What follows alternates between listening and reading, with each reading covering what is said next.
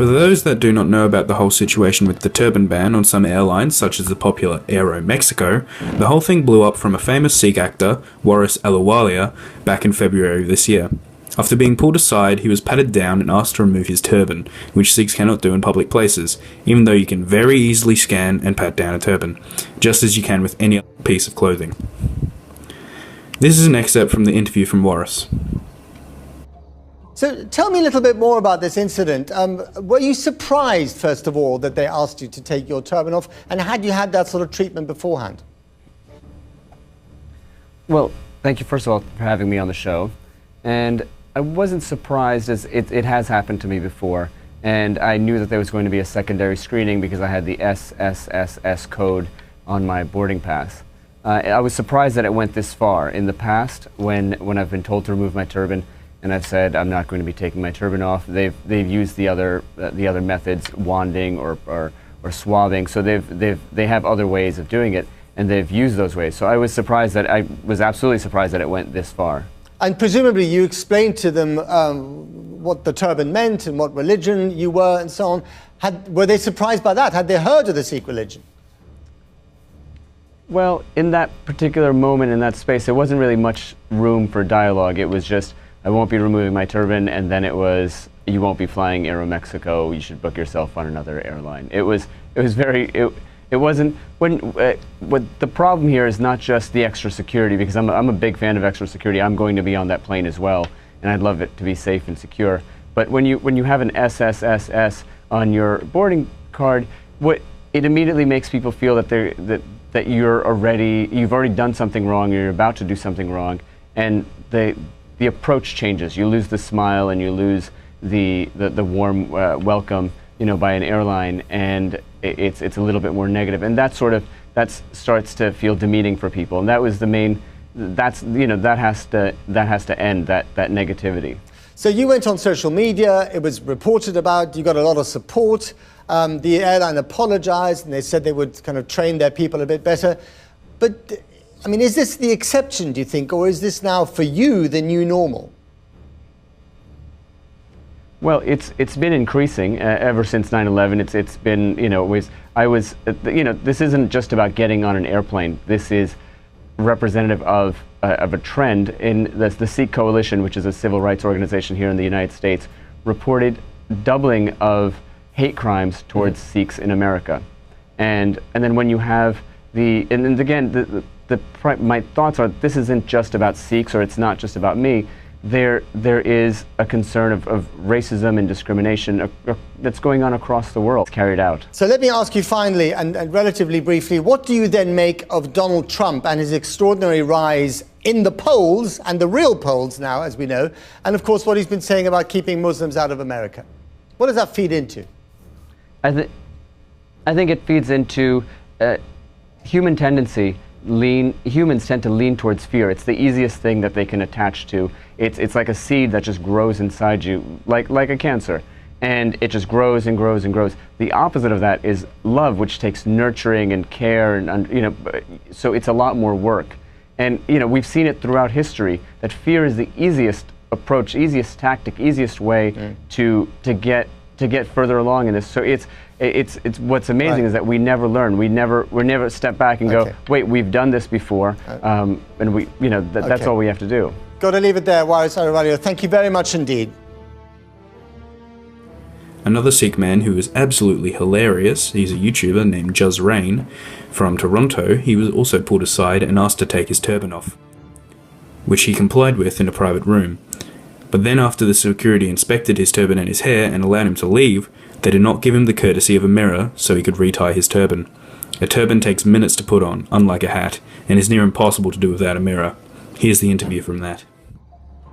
I guess if I can just get you to start from the beginning and tell me what happened at the airport. Yeah, so I'd gone to San Francisco airport, was scheduled to take a flight back to Toronto, a nighttime flight. So when I was going through security, I went through all the security protocols, the X-ray, and then the metal wand swabbing, and even the swab stuff. And afterwards, one of the agents had told me that, listen, we got to take you into the private room for for some additional searches. And now being a brown man that has to travel a lot through airports, I get this a lot, so I understand. I'm like, oh geez, not again. Either it's because I'm brown or they just really like touching my body a lot, so I get it.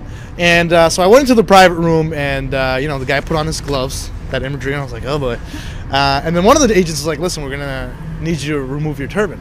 Now this has never happened to me before, and I travel a lot. And I was like, I would rather not, because I got a flight to catch, and I just don't want to have to deal with that inconvenience. Could you just pat me down just like any other of my article of clothing? It's just, at the end of the day, it's just cloth, so I'm sure you can feel through it. And they're like, listen, we can't really do that. So I asked to speak to the manager, and the manager came, and she pretty much gave me like an ultimatum. She's like, if you could either take off your turban and we could search you and let you through, or we could just escort you back out to the public area and you can book a flight with anybody else.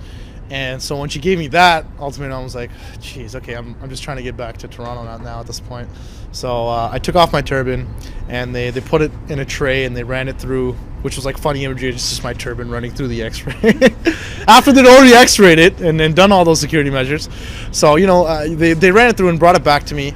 And so when they brought it back to me, they're like, all right, cool, you're ready to go. We haven't found anything, obviously. So I said, okay, can I get a mirror or something to retie my turban? Because unlike a hat or a shoe or anything, it takes time and effort to put back on again. It'll take anywhere from 5 to 10 minutes to put back on.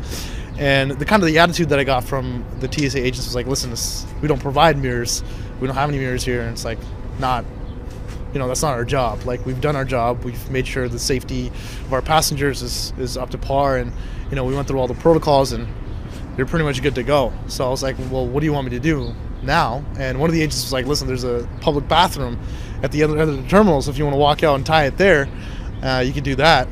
And so it was kind of a little bit insensitive in that matter, because I was like, you had asked me to come into a private room to undress, but you want me to walk out undressed again so I can go to a bathroom and retie my turban, which kind of defeats the purpose of taking me to a private room in the first place. So that attitude, or that kind of vibe that I got off the TSA agents, I think was extremely insensitive. And at the end of the day, my issue wasn't necessarily with me taking off my turban, because I understand the safety protocols and all that stuff. So I cooperated with them, to the best of my ability and to everything that they asked.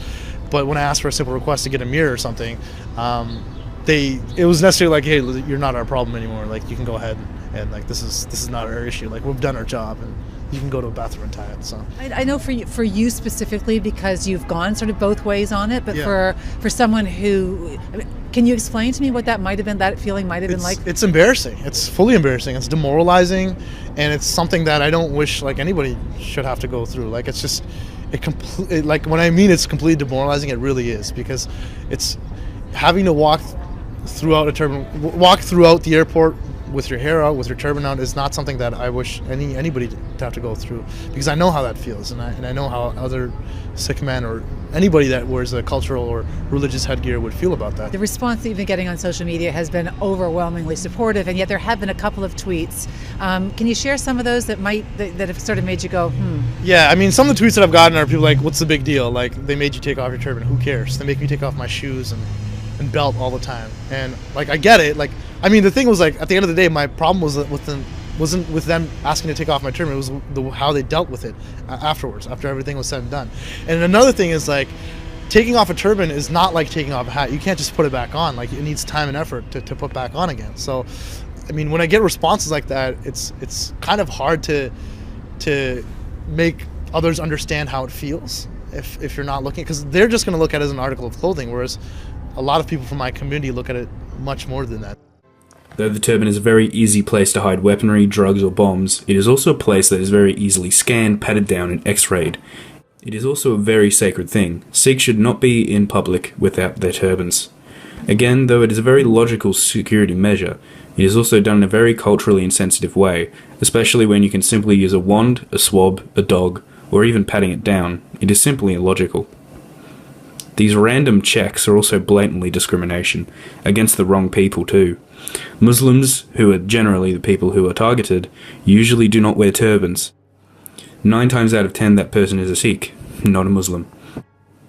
And Sikhs do not have any intention of blowing up aeroplanes. How can this be solved? A far more intensive cultural training for TSA agents, as well as if the turban has to be removed, perhaps many layers of cloth that cannot be x-rayed, there are more accommodations for that, such as a mat, pillow, a mirror, and even a screen for privacy. In the end, it's simply a piece of cotton. What are your opinions? Please leave a comment or go to my Twitter and voice your opinion there.